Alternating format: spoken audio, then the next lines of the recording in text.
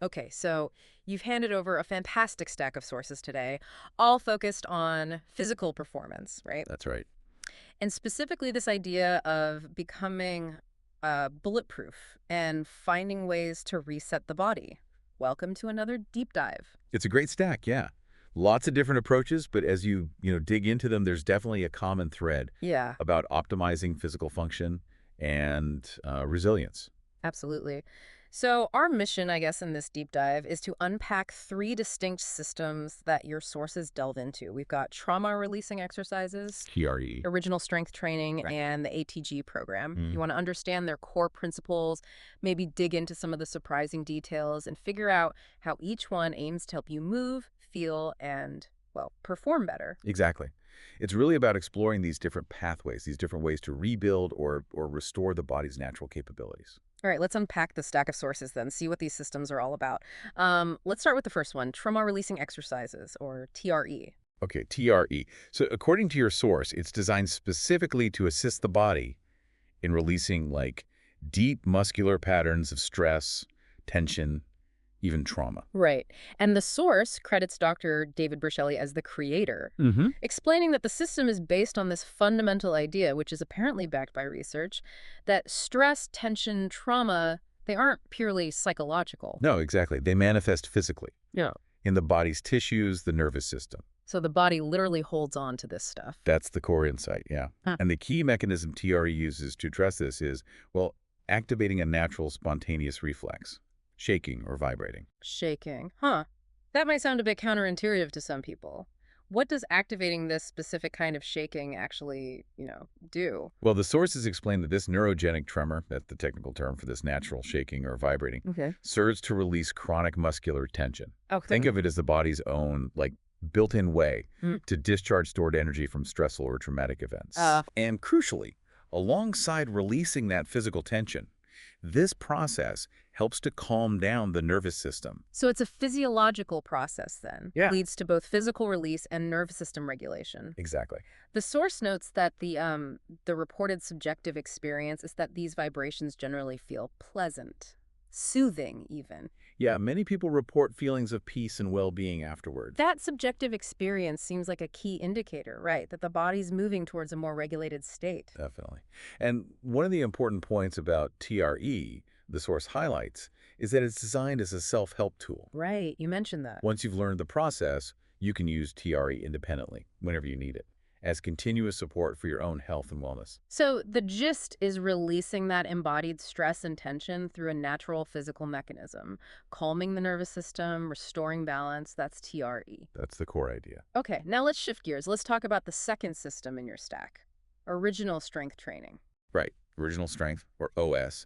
This one has a core philosophy centered around what they call pressing reset. Awesome reset. Yeah, the goal is to strengthen the nervous system and return the body to its original operating system How? by applying foundational principles of human movement. Returning to the body's original operating system, that sounds like they're talking about regaining the body you were, like, meant to have, restoring it so it functions naturally as designed. Precisely. That's exactly it. The promise from the source is that change happens with consistent practice. It may be quick, might be gradual, but it happens. Okay. The underlying belief is that by regularly pressing reset, you improve your ability to move well, and that moving well is just fundamental to living your life better. And their definition of being OS strong, what was that? Being able to do what you want whenever you want to do it, regardless of age or, physical limitations. That's a pretty powerful definition. It is. It's about helping the body remember how it's supposed to move, much like, how a baby learns and hardwires movement patterns. Hmm. Ah, the baby analogy. Yeah, the system aims to help you breathe better, move better, sleep better, and ultimately live better. Yeah. By restoring those fundamental, often forgotten movement capabilities you had naturally as a child. Okay, here's where, for me, it got really interesting with original strength. Your source pulls out some fascinating, like, specific concepts from their approach. Yeah. It's not just abstract principles. They get right into the weeds on specific techniques and ideas, some of which are pretty counterintuitive. Yes, these specific points really highlight their unique perspective, and yeah, they often challenge conventional fitness wisdom. Like their insights on breathing. Your source actually argues that the common recommendation, learning diaphragmatic breathing in the crocodile breathing position, Yeah, isn't ideal, at least not as a starting point. right. What's fascinating there is they suggest another position is actually better for initially learning and integrating that diaphragmatic breath. Right. Because the prone position lying on your stomach can sometimes apparently reinforce tension patterns rather than releasing them for optimal breathing mechanics. Huh. Does the source say what the better position is? It doesn't explicitly state it in the summary I had, but the insight is that how you start practicing breathing matters. And the common method might not be optimal for everyone. That's a subtle but yes, significant point. And they talk about mimicking how babies train their abs. Mhm. Building reflexive core stability How? through movements like lifting their head and limbs off the ground, which naturally makes the core work harder against gravity. The source suggests you can recreate this progression to build that innate reactive core strength. So tapping into those developmental patterns, instead of isolated core exercises like crunches. Right. You build a core that reacts automatically to movement demands, just like a baby's does as they develop. Then there's the concept of rolling patterns. Lots of people use rolling as a mobility drill, right? Yeah, common exercise. But the source mentions there's something crucial you need to do before you do them. Something the creator apparently learned from watching his son. Yeah, this raises an important question, doesn't it? Right. What makes rolling effective? Right. The source hints that proper rolling depends on something even more foundational, like maybe head control or segmental initiation. It emphasizes that the quality and neurological integration of the movement depend on these prior capabilities. Yeah. It's not just about going through the motion. Okay, so prerequisites matter. They also touch on overcoming the fear of cervical hyperextension, tilting your head back. They argue why neck extension is actually needed and beneficial when done correctly, pushing back against the idea that it's inherently dangerous. Right, this definitely challenges conventional wisdom. They see controlled neck extension as vital for integrating the head with the rest of the spine and body, which plays right into the next point. Which is the connection between your head and your core. Your source says your head is fundamentally tied to your core. And understanding this is apparently key to effective core training. If we connect this to the bigger picture, like controlling your head through space provides sensory information that drives core activation. Okay. So training head control in different positions helps integrate the nervous system and that reflexive core response much more effectively than just, doing crunches. Interesting. The source also mentions a simple, easy, even lazy drill you can do Yeah. to instantly fire up your vestibular system for immediate gains in strength and mobility. Ah, the vestibular system, our balance system. This points to its power in influencing overall muscle tone and coordination. So what's the drill?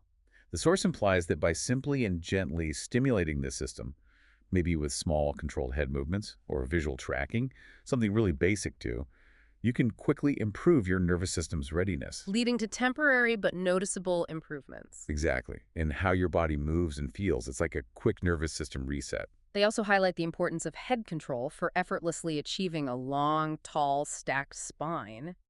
Rather than consciously trying to sit or stand up straight. That aligns perfectly with their philosophy, right? Returning to the body's original, effortless operating system. Proper head alignment and control just cues the rest of the spine and body to stack efficiently.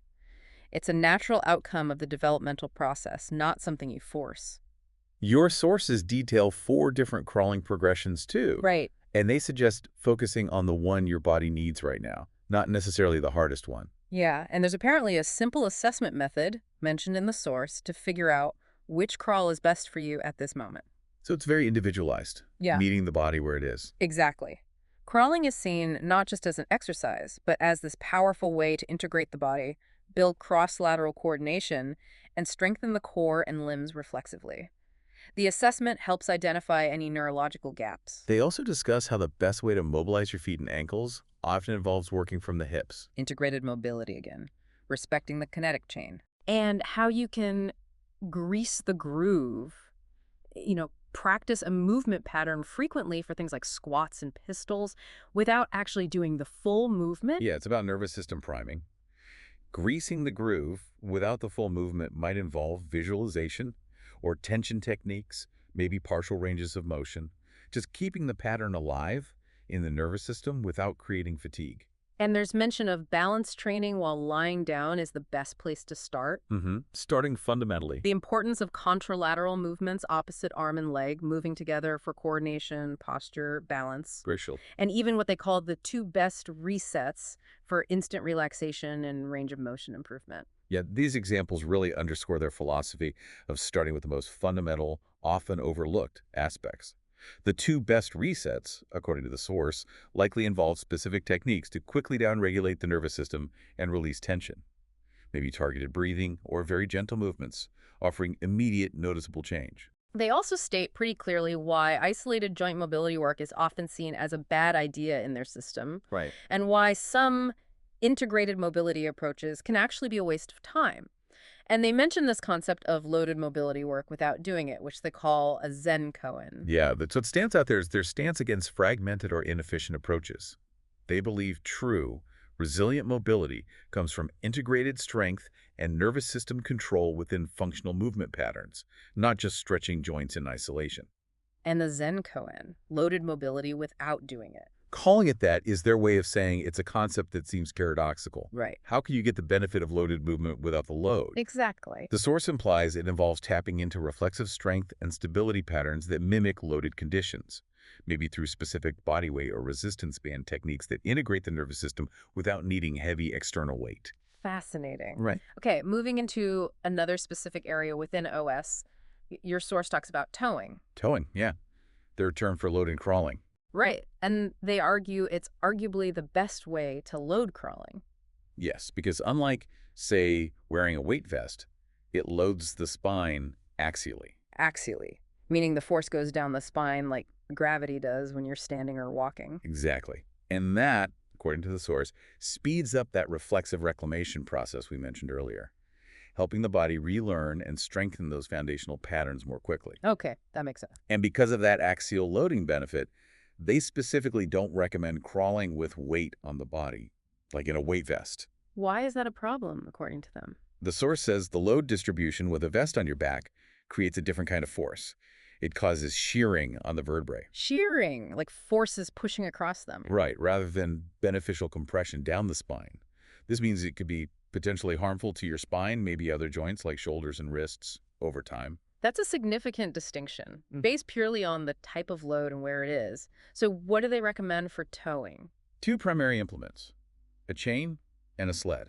And the source got specific about the chain. A 35-foot, 12-inch diameter chain, weighing around 96 pounds. Yes, exactly that specification. The source notes that the chain actually drapes down the body as you crawl, which creates this unique form of loading that constantly shifts, challenging your reflexive stability in a really dynamic way. It also covers more surface area than a sled, creating more friction and thus potentially more load depending on the surface you're on. And the sled? The sled, which you can load up with plates or kettlebells, sandbags, whatever, works almost as well. Almost. But it doesn't have the exact same constantly shifting body draping loading properties as the chain, especially if you're crawling upright. Yeah. But it's still considered a highly effective way to add that axial load to crawling. And the biggest benefit of towing, according to the source, the main reason to do it. Getting strong. Really strong in a deeply integrated reflexive way. Okay, so original strength. All about returning to foundational movement patterns, leveraging the nervous system, using things like crawling and towing to build resilience and strength literally from the ground up, or maybe from the inside out is better. Yeah, inside out feels right. They list several primary moves, neck nods, segmental rolls, rocking, crawling, towing as the building blocks. It's a system focused on consciously returning to and strengthening those early developmental movements, the ones that build a capable human body from the inside out. All right, fascinating stuff. Let's move on to the third system in your sources, the ATG program, founded by Ben Patrick, who people might know as the knees over toes guy. Right, and the core philosophy here is explicitly stated as build from the ground up. And they define that order very specifically, don't they? Very specifically, starting with ankles and knees, then hips, and finally, shoulders. And they claim that building your physical capacity and resilience in this precise sequence creates the most bulletproof body according to gravity. Yeah, this is presented as a direct contrast to many traditional fitness approaches, ones that might build from the top down or focus on isolated muscle groups without prioritizing this specific foundational sequence. According to the source, building top-down leads to more pain, injuries, and becoming more, limited by gravity. That's the claim. Whereas building from the ground up is claimed to free you from pains and injuries, Big claim. significantly increase athleticism across the board, and improve your quality of life and physical longevity. It's a powerful set of claims for sure. It really is. And the source points to their three classic programs, Zero, Dense, and Standards, as the culmination of 10 years of, quote, reverse engineering, pain, aging, and lack of athleticism. And they back this up with a claim of thousands of success stories, including apparently over 2,000, specifically related to knee issues. Okay, let's break down those programs a bit. Zero, described as a bodyweight rebuild from the ground up. Yeah, Zero is specifically designed to be accessible to basically anyone. Children, elderly, doesn't matter. To build pound-for-pound strength without needing any equipment. Okay. Its aim is to help you master fundamental flexion and extension movements at the hip, ankle, and knees. It incorporates both high and low reps and works through long and short ranges of motion. And the source notes it also doubles as a powerful screening tool. Right, to identify your weakest links right from the start. The source lists specific zero exercises like backwards walking, tibia raises, strengthening the muscle on the front of your shin, calf raises, ATG split squats, which is a lunge variation focused on getting the knee way over the toe, right? Exactly. And the couch stretch, that deep quad and hip flexor stretch. Okay, so those are foundational movements targeting resilience and basic strength in those key ground-up joints. That's the idea. Then there's dense, presented as a gradual approach to accumulating significant work volume with additional load over time. Right. The emphasis here is on dominating many sets within a given time frame. And importantly, not rushing into heavy loads. So patience is key. Yeah, it's about building work capacity and strength endurance with progressive load, but with consistency. Prioritizing volume and quality over just chasing maximal weight quickly sort of bridges the gap between bodyweight mastery and high-load strength. Gotcha. And then there's standards. The idea here is testing your abilities in, 20 different fundamental movement areas? 20 areas, yeah. To identify your specific physical strengths and weaknesses relative to others who've gone through the system. And the source, attributed to Ben Patrick himself, is pretty clear that the standards program is considered the basic program, like the absolute foundation needed for every athlete. Yeah, regardless of their sport or goals. Yeah. He states that while specialist programs exist and they are developing more, like one specifically for 1-foot jumping, Okay. they believe these specialist goals are unlikely to be achieved, or at least sustained, without first building this standards foundation. Wow, that's a strong position. This is the non-negotiable prerequisite before anything else. Seems to be. He aims to move people efficiently through the standards program, verify their accomplishment, and then guide them to their unique ultimate goals with a custom world-class program built on that solid base. It lays out a clear pathway. Build the foundational capacity first, measure it, then specialize. Let's pick out some of the intriguing specific exercises and maybe the benchmarks for these standards mentioned in the source. The Jefferson curl, for instance. Okay, the Jefferson curl. It's a weighted spine flexion exercise. The standard they aim for is 10 repetitions with 25% of your body weight, Okay. and demonstrating enough hamstring and spinal flexibility to get your wrist below your toes while holding the weight. That's a specific flexibility and strength benchmark through a significant range of motion. How about the sissy squat? Sissy squat targets the quads through deep knee flexion while you lean back. The standard is 20 bodyweight repetitions, reaching a depth where your shins are parallel to the floor. Okay. Nordic hamstring curl. That's a tough, eccentric hamstring exercise. The standard is 10 controlled repetitions, demonstrating significant hamstring strength. Hanging leg raise. The standard is getting your toes all the way to the bar. Requires strong abs and hip flexors through a full range of motion. Then a Pelican step up. Ah, yeah, that's a unilateral leg exercise. Emphasizes the VMO, that teardrop muscle above the knee, performed on a short box. What's the standard? 20 repetitions with 66% of your body weight loaded on your back. Performed on a specific height box, 3 to 4 inches, with the heel elevated at least 45 degrees. Wow. As you can see, these are quite precise, demanding benchmarks, not just do some reps. No, very specific targets. The source lists the specific body areas targeted in the standards program. Tibialis and calf, leg hip stretches, sled work, pushing and pulling, squats, lunges, ab flexors, back, including spine flexion extension like that Jefferson curl, and upper body. Covers the whole body, but with that ground-up emphasis clear. It also notes the inclusion of specific tempo prescriptions in their weekly program examples, like 11x2 or 33xo. Right? These tempo prescriptions are crucial in their system. They dictate the speed of each phase of the lift. Explain that. Okay, so like 33XO might mean 3 seconds down, eccentric, 3-second pause at the bottom, explode up, X for explosive concentric, and no pause at the top. Oh, okay. So it adds another layer of control and stimulus to the training. It's not just lift the weight. Exactly. Controls time under tension, eliminates momentum sometimes, focuses effort. The ATG principles also extend to the upper body, right? Your source touches on training chest and biceps. Yeah, stating that consistently gaining new range of motion in movements can create significant growth and make tissues more resilient, or bulletproof. And conversely, keeping tissues short and weak makes them fragile. Right. It emphasizes gradually increasing speed, load, and range over time for the upper body, too. So it applies the same philosophy. Build from the ground up, prioritize range of motion, build resilient strength through that full healthy range before just piling on weight. That seems to be the consistent principle across the board in their system. So the ultimate goal of the ATG Standards program, as stated by Ben Patrick, is coaching and verifying accomplishment of these specific physical standards. Getting you to pass the tests. Right, so that they can then confidently guide you past this foundational stage to your unique ultimate goals with a custom world-class program. It's positioned clearly as building a robust, measurable foundation of athleticism and joint resilience before you pursue highly specialized or advanced training objectives. Okay. Reflecting on these three systems then, TRE, original strength, and ATG, they're quite different, aren't they, in their specific techniques, their starting point? Oh yeah, definitely distinct methodologies. TRE with the shaking for nervous system release, OS focusing on developmental movement patterns, integrated strength via crawling, towing, ATG with its structured, ground-up strength progressions, and those specific measurable benchmarks. They really are distinct. TRE is more about like somatic release and nervous system regulation, Yeah. getting the stress out. OS is more about restoring the body's fundamental software and hardware through those developmental movements, like rebooting the system. Okay. And ATG is focused on building measurable, bulletproof structural integrity and strength, layer by layer, starting from the feet and knees. However, despite the differences, they all seem to share that overarching goal you mentioned right at the beginning, resetting or optimizing the body for better performance, reduced pain, increased resilience. Exactly.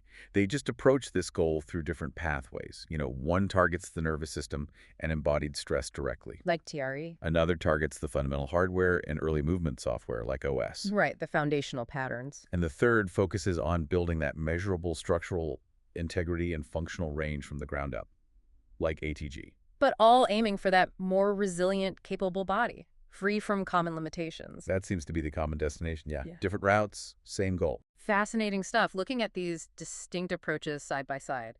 So what does this all mean for you, the listener, as you think about your own physical health and performance?